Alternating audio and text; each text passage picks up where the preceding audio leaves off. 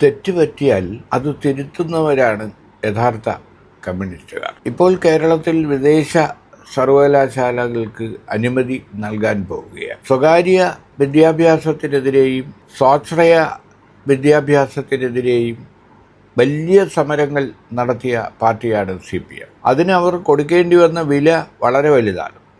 കാരണം പരിയാരം മെഡിക്കൽ കോളേജുമായി സഹകരണ മെഡിക്കൽ കോളേജുമായി ബന്ധപ്പെട്ട് MV രാഘവനെ തടയാനുള്ള, മന്ത്രിയായിരുന്ന രാഘവനെ തടയാനുള്ള ശ്രമത്തിനിടയിലാണ് കൂത്തുപറമ്പ് വെടിവെപ്പ്. 7 സഖാക്കളാണ് കൂത്തുപറമ്പ് വെടിവെപ്പിൽ ജീവൻ നഷ്ടപ്പെട്ടു. പുഷ്പൻ 3 പതിറ്റാണ്ടോളം കിടക്കയിൽ ചലനമറ്റ് കിടന്നു.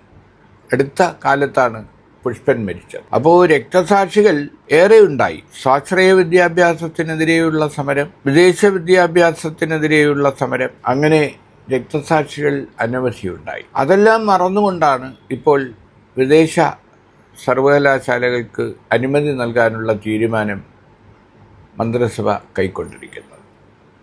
ആലോചിച്ചു നോക്കൂ, 2016 ലോകപ്രശസ്തനായ TP ശ്രീനിവാസനെ, അംബാസഡർ ആയിരുന്ന TP ശ്രീനിവാസനെ വിദേശ സർവകലാശാല വിദ്യാഭ്യാസവുമായി ബന്ധപ്പെട്ട് കോവളത്ത് കിടന്ന സെമിനാർ, അതിൽ പ്രസംഗിച്ചതിൻ്റെ പേരിൽ ചെവിട്ടിനടിച്ച് നിലത്ത് ഇട്ട SFI. അപ്പോൾ അങ്ങനെ ഇതിൽ നിന്നെല്ലാം ഒരു സുപ്രഭാതത്തിൽ മനംമാറ്റമുണ്ടായി. 2ാം പിണറായി സർക്കാർ വിദേശ സർവകലാശാലയ്ക്ക്, വിദേശ നിക്ഷേപങ്ങൾക്ക് നമ്മുടെ കേരളത്തിലെ വിദ്യാഭ്യാസ മേഖല തുറന്നു കൊടുക്കുകയാണ്. അപ്പോൾ ഈ നയം മാറ്റം സഖാക്കളെ, പാർട്ടിക്കാരെ, ഇടതുപക്ഷത്തെ ബോധ്യപ്പെടുത്താൻ ഇടതുപക്ഷത്തിന് കഴിഞ്ഞിട്ടുണ്ടോ? കഴിയേണ്ടതാണ്. അപ്പോൾ TP ശ്രീനിവാസൻ എന്ന് പറയുന്ന ലോകപ്രശസ്തനായ നയതന്ത്രജ്ഞനെ ഈ സമരത്തിൻ്റെ പേരിൽ അടിച്ച് നിലത്തിട്ട ആ സംഭവത്തിൽ ഒരു ഖേദം പ്രകടിപ്പിക്കാൻ പോലും SFI എന്ന് പറയുന്ന വിദ്യാർത്ഥി സംഘടനയോ അവരുടെ മാതൃ സംഘടനയായ CPMO ഇന്നുവരെ തയ്യാറായിട്ടില്ല. ഏറ്റവും ഒടുവിൽ ഉന്നത വിദ്യാഭ്യാസ മന്ത്രി ബിന്ദു പറയുന്നത് മാപ്പ് പറയേണ്ട വിഷയമൊന്നുമില്ല, അതിൻ്റെ കാര്യമൊന്നുമില്ല എന്നാണ്. ആലോചിച്ചു നോക്കൂ, തെറ്റ് പറ്റിയാൽ അത് തെറ്റായിപ്പോയി. ഞങ്ങളെടുത്ത നിലപാടുകൾ തെറ്റായിരുന്നു, ഞങ്ങൾ ആ നിലപാടുകൾ തിരുത്തുകയാണ്. അതിൻ്റെ പേരിലുണ്ടായ സമരങ്ങളും അതിൻ്റെ പേരിലുണ്ടായ രക്തസാക്ഷിത്വവും അക്രമങ്ങളും എല്ലാം തന്നെ തെറ്റാണ് എന്ന് പൊതുജന സമക്ഷം പറഞ്ഞുകൊണ്ട് വേണം പുതിയ ചുവടുവെപ്പ് നടത്താൻ. അതാണ് ആർജവം, അതാണ് യഥാർത്ഥ കമ്മ്യൂണിസ്റ്റുകാരുടെ കടമ. അതിൽ നിന്ന് പുറകോട്ട് പോവുകയാണ്. അപ്പോൾ ഏത് വിഷയമെടുത്താലും പുരോഗമനപരമായ സാങ്കേതികമായ കുതിച്ചുചാട്ടങ്ങളെ ഏത് കാലത്തും CPM-ഉം ഇടതുപക്ഷവും എതിർത്തിട്ടുണ്ട്. ട്രാക്ടർ സമരം, പാലക്കാട് കോട്ട മൈതാനത്ത് കോട്ടയ്ക്ക് മുന്നിൽ അനവധി കർഷകർ വെടിയേറ്റ് മരിച്ചു വീണ സമരമായിരുന്നു. ട്രാക്ടർ വന്നപ്പോൾ ട്രാക്ടറിനെതിരെയുള്ള സമരം. പിന്നീട് ട്രാക്ടറിനെ അവർ അംഗീകരിച്ചു. ഇന്ന് ട്രാക്ടർ ഇല്ലാത്ത ഏതെങ്കിലും കർഷകനോ സഖാക്കളോ ഉണ്ടോ എന്ന് തന്നെ പരിശോധിക്കേണ്ടിയിരിക്കുന്നു. അതുപോലെ തന്നെ കമ്പ്യൂട്ടർ വന്നപ്പോൾ തൊഴിൽ നിഷേധമുണ്ടാകും, തൊഴിൽ നഷ്ടപ്പെടും എന്ന് പറഞ്ഞുകൊണ്ട് എന്തെല്ലാം പ്രക്ഷോഭങ്ങളാണ്, എന്തെല്ലാം സമരങ്ങളാണ് ഇടതുപക്ഷവും CPM-ഉം നടത്തിയത്.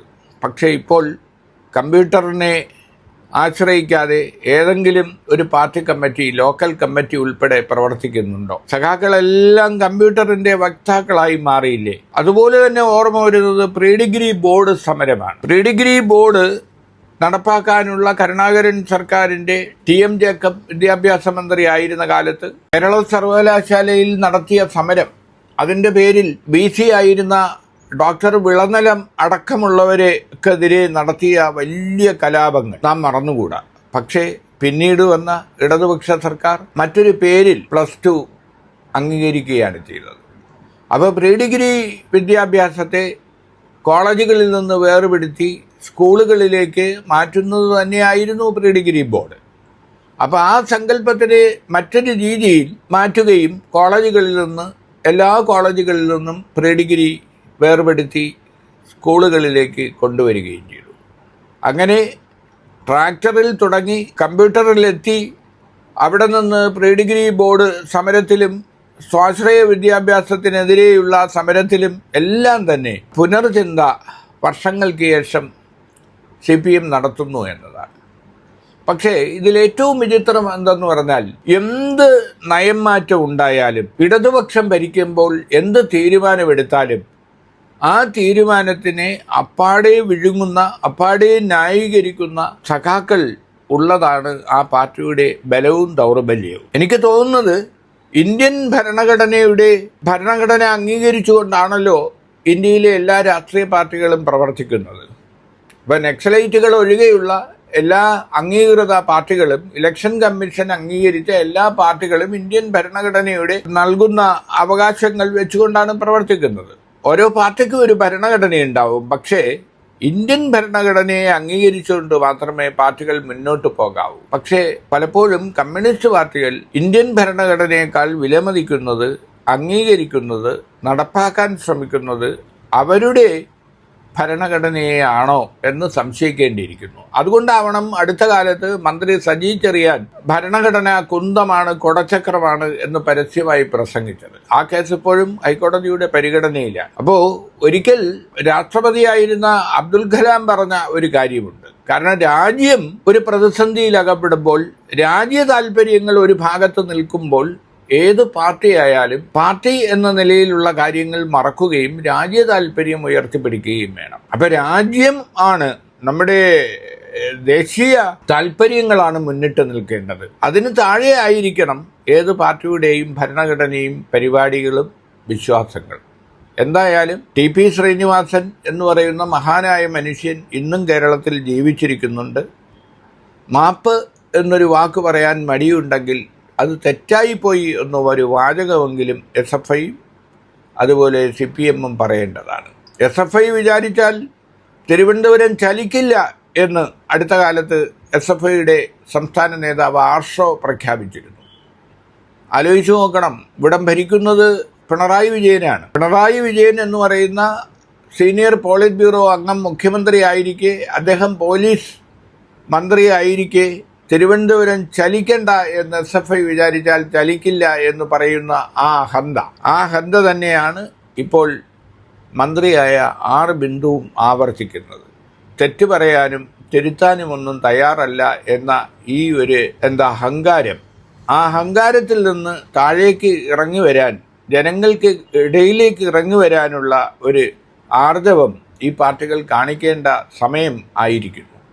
ഒന്നുകൂടി പറഞ്ഞുകൊണ്ട് അവസാനിപ്പിക്കാം. ഭരണത്തിന്റെ തണലിൽ എല്ലാം തങ്ങളുടെ കാൽച്ചുവട്ടിലാണ് എന്ന മട്ടിൽ ബംഗാളിലും ത്രിപുരയിലും തുടർ ഭരണം നടത്തിയപ്പോഴാണ് 35 കൊല്ലമായി ഭരിച്ചിരുന്ന പശ്ചിമ ബംഗാളും 30 കൊല്ലം തുടർച്ചയായി ഭരിച്ചിരുന്ന ത്രിപുരയും കമ്മ്യൂണിസ്റ്റ് പാർട്ടികൾക്ക് നഷ്ടപ്പെട്ടത്, ഇടതുപക്ഷത്തിന് നഷ്ടപ്പെട്ടത്. ആ ഒരു വഴിയിലേക്ക് കേരളത്തെ കൊണ്ടുപോകുന്നു എന്ന് സംശയിക്കേണ്ടിയിരിക്കുന്നു. കാരണം ചരിത്രത്തിൽ ആദ്യമായി എന്ന് പറയുന്നത് ശരിയല്ലെങ്കിലും തുടർ ഭരണം കിട്ടിയതിന് ശേഷം സഖാക്കൾക്ക് മൂന്നാം ഊഴവും ലഭിക്കും എന്ന അഹങ്കാരവും അമിത വിശ്വാസവും ആണ് അവരെ നയിക്കുന്നത്. തുടർ ഭരണമാണ് കേരളത്തിൽ നടന്നിരുന്നതെങ്കിൽ ആലോചിച്ചു നോക്കൂ, ബംഗാളിൻ്റെയും ത്രിപുരയുടെയും അവസ്ഥ എന്നേ കേരളത്തിൽ ഉണ്ടാകുമായിരുന്നു. 5 കൊല്ലത്തിൽ ഒരിക്കൽ മുന്നണികളെ മാറ്റാനുള്ള ഒരു ഔചിത്യം, ഒരു വിവേചന ബുദ്ധി മലയാളികൾ കാണിച്ചിരുന്നു.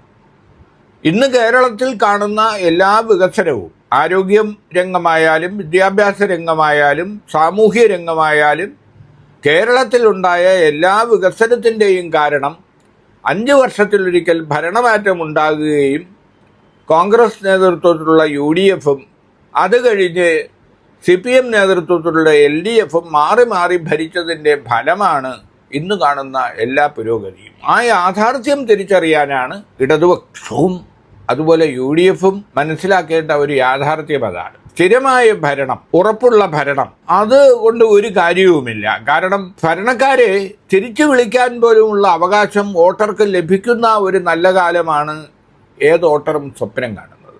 അല്ലാതെ ആജീവനാന്തം ഏതെങ്കിലും മുന്നണിക്കോ പാർട്ടിക്കോ രാജ്യമോ സംസ്ഥാനമോ ഭരിക്കാനുള്ള തീട്ടൂരം നൽകിക്കഴിഞ്ഞാൽ എന്തായിരിക്കും സ്ഥിതി?